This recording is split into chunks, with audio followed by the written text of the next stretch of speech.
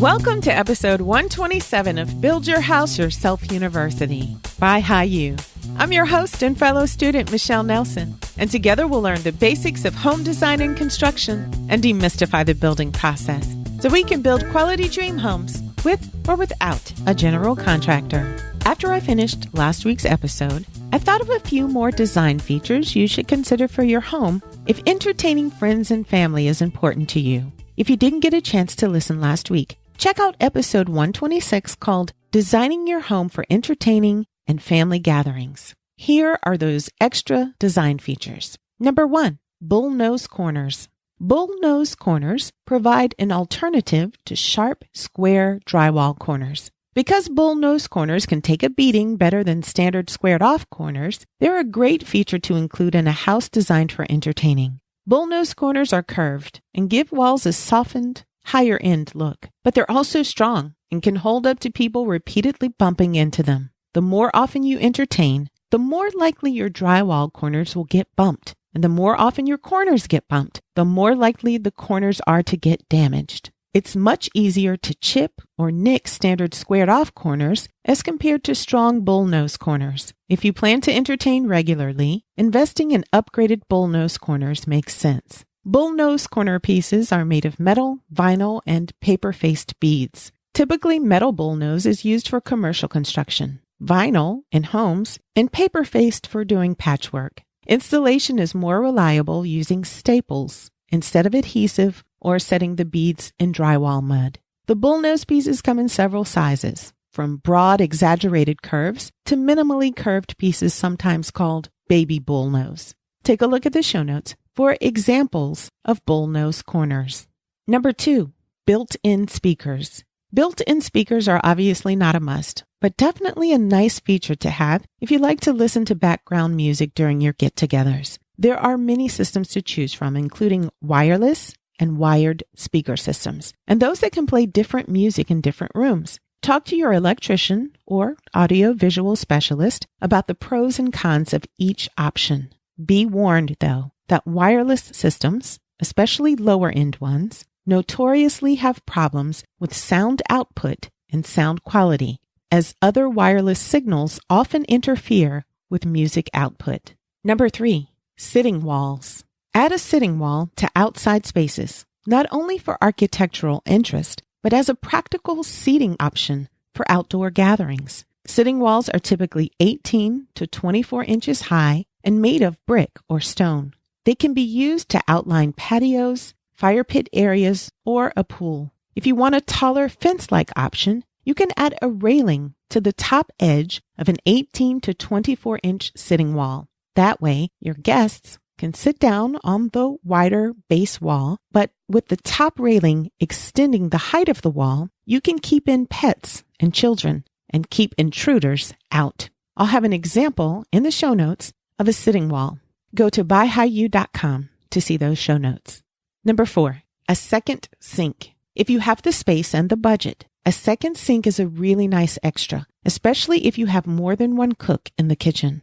The second sink doesn't have to be a full-sized sink. It can be a smaller vegetable or bar sink that's located steps away from your main cleanup sink. That second sink can be used to rinse vegetables, wash hands, and stack dirty dishes during a party while the main sink is in use. If you don't have the space for a second sink, you might think about purchasing an extra large double bowl sink with 2 separate faucets.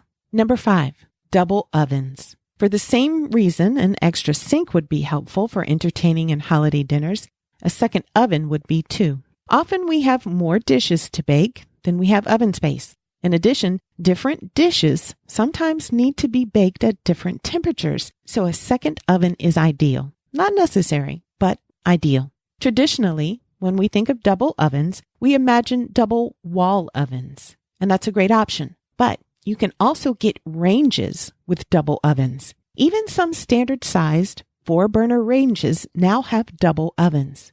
If space and money are tight, consider buying a combination microwave convection oven as a second oven, or a countertop convection oven.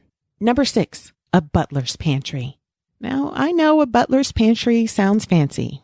and I guess it kind of is, but it's really practical for those who entertain a lot. And it doesn't have to be a huge space.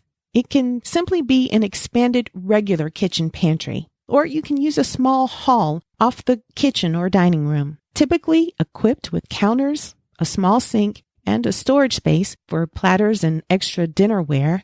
A butler's pantry is usually tucked away out of sight of guests, so messes made by you or caterers are out of the sight lines of your guests. You might also include a second under-counter or full-sized fridge. The butler's pantry helps to keep your main kitchen less cluttered and more tidy during parties.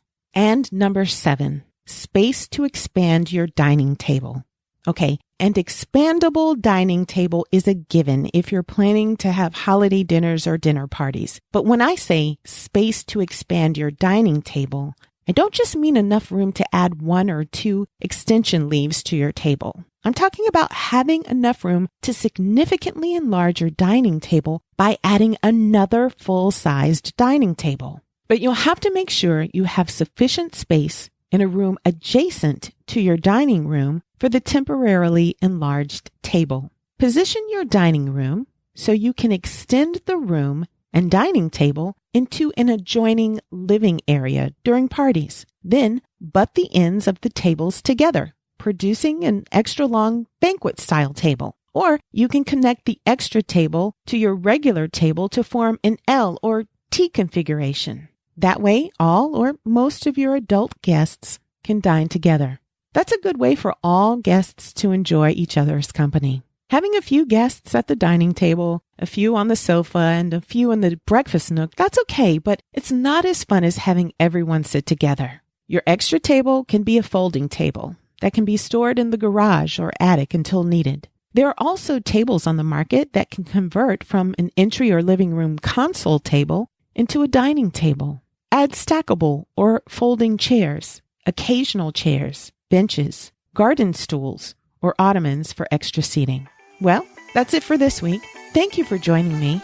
I hope you'll join me next week for another episode of Build Your House Yourself University by BYHYU. Please remember that the purpose of this podcast is simply to educate and inform. It's not a substitute for professional advice. The information that you hear is based only on the opinions, research, and experiences of my guests and myself. That information might be incomplete, it's subject to change, and it may not apply to your project. In addition, building codes and requirements vary from region to region, so always consult a professional about specific recommendations for your home.